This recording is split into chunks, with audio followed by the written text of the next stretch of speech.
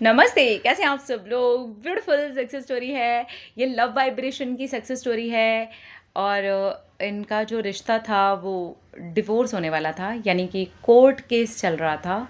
Divorce वगैरह सब file हो चुका था और इन्होंने अपनी वाइफ़ को लव वाइब्रेशन भेजी और किस तरह से रिश्ता टूटते-टूटते बच गया, यानी कि टूटा नहीं, बच गया। चलिए, अच्छी लगती हैं ऐसी सक्सेस स्टोरीज़ ना, जहाँ पर एक रिश्ता बचाने के लिए कोई एक कदम उठाता है और दूसरा भी फिर दूसरा कदम उठाता है, तो मज़ा आ जाता है। खैर, चलिए देखते हैं। इन्होंने लिखा है ओके, हेलो मैम, आप बहुत अच्छा काम कर रहे हैं। मैं ये दिल से कहना चाहता हूँ, आप सच में बहुत ही अच्छा काम कर रहे हैं। मेरा डिवोर्स होने वाला था, कोर्ट केस चल रहा था। अभी 7 महीने हो चुके थे कोर्ट केस को चलते हुए, लेकिन मैं दिल से नहीं चाहता था कि हमारा डिवोर्स हो। हमारे बीच में परिवार आ गए और इस तरह से चीज़ें ख़राब हुई कि हमारा रिश्ता डिवोर्स तक पहुंच गया और आज कोर्ट के चक्कर काट रहे हैं। मेरी वाइफ़ अंदर से जानती थी कि मैं डिवोर्स लेना नहीं चाहता हूँ। मैंने अपनी वाइफ़ को कई बार बोला कि मैं डिवोर्स लेना नहीं चाहता हूँ, लेकिन वो अंदर से बहुत मजबूत इंसान है और वो ये समझ चुकी थी कि ये रिश्ता अब आगे ठीक से नहीं चल सकेगा, तो वो पूरी तरह से श्योर हो चुकी थी कि वो डिवोर्स लेना चाहती है। और उसने मुझे कह दिया था कि तुम इस रिश्ते को बनाने की वापस कोशिश मत करो, क्योंकि तुम भी जानते हो और मैं भी जानती हूँ ये रिश्ता आगे कभी नहीं चल सकता। हम दोनों के परिवार इस तरह से इन्वॉल्व हो गए हैं और तुम्हारे परिवार ने मेरे साथ क्या किया है और मेरे परिवार ने तुम्हारे साथ क्या किया है, इसके बाद तुम अच्छे से जानते हो कि मैं तुम्हारी ज़िंदगी में कभी नहीं आऊँगी। हाँ, मैं मानता हूँ मेरी फैमिली ने उसके ऊपर कुछ ऐसी चीज़ें करने की कोशिश की जिससे किसी को भी बहुत हर्ट होगा। मैं अपने वो फैमिली मेम्बर के बारे में कुछ नहीं बताना चाहता, लेकिन मैं जानता था कि मेरी वाइफ़ के साथ वो गलत कर रहे हैं। मैंने बहुत कोशिश की कुछ चीज़ों को रोकने की, लेकिन मैं नहीं रोक सका और इसी की वजह से हमारा रिश्ता एक-एक दिन करके ख़राब होता चला गया और डिवोर्स तक नौबत आ गई।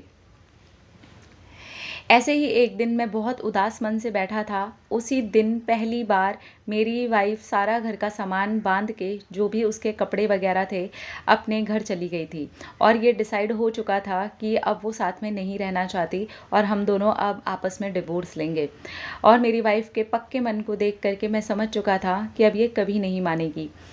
मैं उस दिन पहले से ही यूट्यूब देख रहा था। ऐसे ही स्क्रॉल करते-करते कब आपका लव वाइब्रेशन का वीडियो आया, मुझे पता भी नहीं और मैंने बस उसको ऑन कर दिया। जब मैंने उसको ऑन किया तो मेरे अंदर से ही ये फीलिंग आई कि ये मैं करूँगा और ये ज़रूर काम करेगा। मेरे अंदर की ये आवाज़ थी और मैंने वो किया। मैंने उसी दिन, जिस दिन पहले दिन मेरी वाइफ़ गई थी घर छोड़ कर के, उसी पहली रात से इसको करना शुरू कर दिया और जब मैं इसे करता तो मेरे रोंगटे खड़े हो जाते। मैं बहुत देर तक, रात तक रोता रहता। मुझे कई-कई बार तो नींद भी नहीं आती थी। ये करते ही मेरे कितने घंटे निकल जाते थे, मुझे पता नहीं चलता था। और इसके बाद में पता नहीं ऐसी कौन-सी पावर ने मेरे लिए काम करना शुरू किया कि मैंने अपने घर पर बोल दिया कि आप लोगों की वजह से मेरी शादी भी टूट रही है। मेरी इतनी अच्छी वाइफ़ वो छोटी-छोटी सिली मिस्टेक्स की वजह से आज छोड़ कर के चली गई।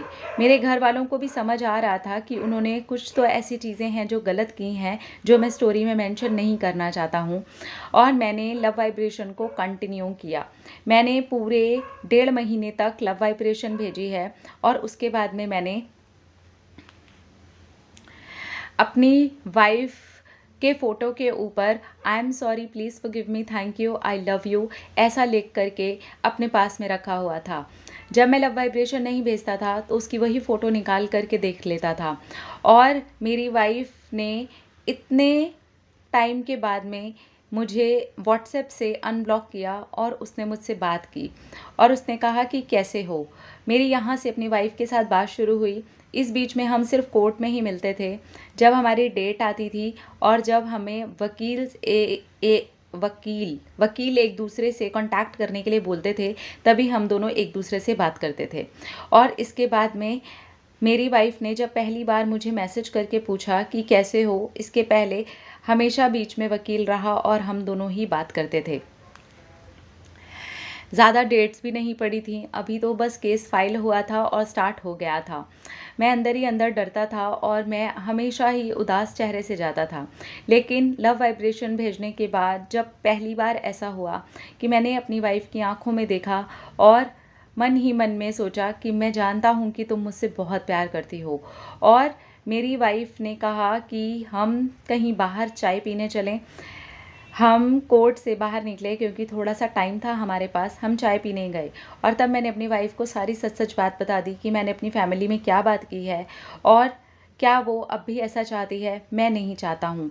और मेरी वाइफ़ ने कहा, मैं भी नहीं चाहती, पता नहीं कुछ दिनों से ऐसा लग रहा है कि क्या हम एक कोशिश कर सकते हैं, लेकिन पता नहीं, मुझे मन में डर है फैमिलीज़ को लेकर।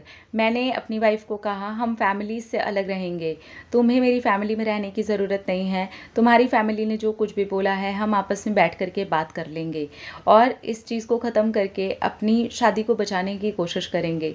मेरी वाइफ़ पहली बार में ही मान गई, जो इतने टाइम से नहीं मान रही थी। इतनी लंबी शादी में हम दोनों का इतना प्रॉब्लम हुआ था, पिछले इतने मंथ से हम कोर्ट के पेपरों पर लगे हुए थे, डिवोर्स तक बात को लेकर के आ गए थे, जहाँ मेरी वाइफ़ पूरे पक्के मन से मना कर चुकी थी। आज मेरी वाइफ़ ने पहली बार में ही हाँ बोल दिया था। उसके कैसे हो लिखे होने से ही मैं समझ गया था कि अब इसके मन में मेरे लिए कुछ भाव हैं, वो जाग चुके हैं। लेकिन इस बीच में मैंने कभी भी लव वाइब्रेशन की ही नहीं, वो अपने आप ही छूट गई, जैसे कि मेरे मन को पता चल गया हो कि मैं अपने रिश्ते को हील कर चुका हूँ। और हाँ, मैं अपने रिश्ते को हील कर चुका हूँ। आज आपको अपनी सक्सेस स्टोरी अपनी वाइफ़ के साथ अलग घर में रहते हुए शेयर कर रहा हूँ।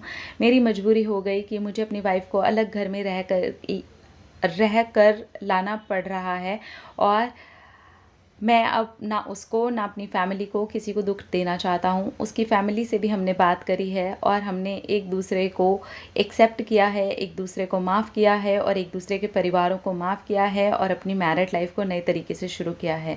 Thank you. आप बहुत अच्छा काम कर रही हैं। मैं फिर से यही कहना चाहूँगा, क्योंकि आपका अगर वो वीडियो मेरे सामने नहीं आया होता, मैंने कभी भी अपने रिश्ते को हील करने के बारे में एक बार भी नहीं सोचा होता। अब वो सोच तो दूर की बात है, वो चीज़ मेरी ज़िंदगी में घट रही है। मैं अपनी मैरिड लाइफ़ को बहुत अच्छे से एन्जॉय कर रहा हूँ। Thanks to you, thanks to universe, thanks to law of attraction. Thank you. So cute. आप समझ ही गए होंगे कि इस सक्सेस स्टोरी में क्या हुआ है। लव वाइब्रेशन बहुत ज़्यादा इंटेंसिटी के साथ में भेजी गई है। फ़ील तो आता है जब हम लव वाइब्रेशन भेजते हैं, लेकिन कभी-कभार इंटेंसिटी बहुत ज़्यादा स्ट्रॉन्ग होती है। इनकी वीडियो देखते के साथ ही हो गई थी कि यार मुझे ये करना है और ये मेरे लिए काम कर जाएगा। तो वो इनकी गट फीलिंग थी। मैं बोलती हूँ ना कि एक साइन ऐसा होता है जो आपकी विश को पूरा कर ही देता है, वो होती है आपकी गट फीलिंग। तो वो गट फीलिंग थी जिसने ये वाली बात बोली और इन्होंने love vibration full on intensity के साथ में की है। और उसके बाद में आपने सारी कहानी सुनी ही कि किस तरह से चीज़ें अपने आप बदलनी शुरू हुई, चीज़ें अपने आप होनी शुरू हुई। जो वाइफ़ विदाउट वकील या विदाउट फैमिली को बीच में लाए बात नहीं करती थी, जिसने ब्लॉक कर दिया था, उन्होंने अनब्लॉक किया। कैसे हो का मैसेज बहुत टची था, हालाँकि वो 2 शब्द हैं सिर्फ़, कैसे हो। वो आप समझ ही रहे होंगे कि कितना अच्छा फ़ील हुआ होगा। हमें जब सुन के इतना अच्छा फ़ील हो रहा है, तो इनके साथ तो वो हुआ है, कितना अच्छा फ़ील हुआ होगा। बहुत बहुत बहुत मुबारक हो आपको अपनी खूबसूरत मैरिड लाइफ़। अगर कभी भी ऐसा कुछ होता है कि फैमिलीज़ की वजह से या दूसरे तीसरे लोगों की वजह से चीज़ें ऐसी हो रही हों, तो कोई दूसरा हल निकालना चाहिए।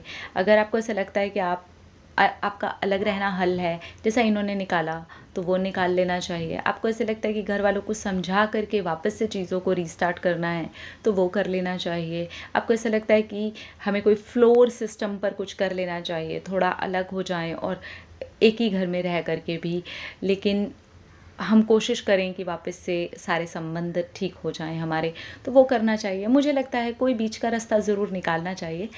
रिश्ते बचाने हैं तो कुछ ना कुछ करना ही पड़ेगा, क्योंकि 2 लोगों के रिश्तों के बीच में भी बहुत सारे लोग होते हैं। इधर से भी इन लॉज होते हैं, उधर से भी इन लॉज होते हैं, इधर से लड़के की फैमिली होती है, उधर से लड़की की फैमिली होती है। तो मिसअंडरस्टैंडिंग्स होना या लड़ाई झगड़े होना या ऊंची नीची बातें हो जाना आई थिंक आम बात है। और इस आम बात में दो खास लोग ही रिश्ते को खास बनाने के लिए कुछ सलाह लेकर के एक दूसरे को समझते हुए, पूरी सिचुएशन को समझते हुए, क्योंकि दोनों ही एडल्ट हैं, मैच्योर हैं, कर सकते हैं। कोई कोई तो हल निकालना ही पड़ेगा, जिससे ना हस्बैंड को तकलीफ़ हो, ना वाइफ को तकलीफ़ हो, ना ही दोनों परिवारों को तकलीफ़ हो, और सब खुशी खुशी रह सकें। सो मुझे लगता है कि कोई हल ज़रूर निकालना चाहिए अगर अपनी मैरिड लाइफ को हमें बचाना है तो। अपना अपना रखिए ख्याल, अपने आप से कीजिए ढेर सारा प्यार ताकि आप अट्रैक्ट करें ढेर सारा प्यार। I love you all. Tata.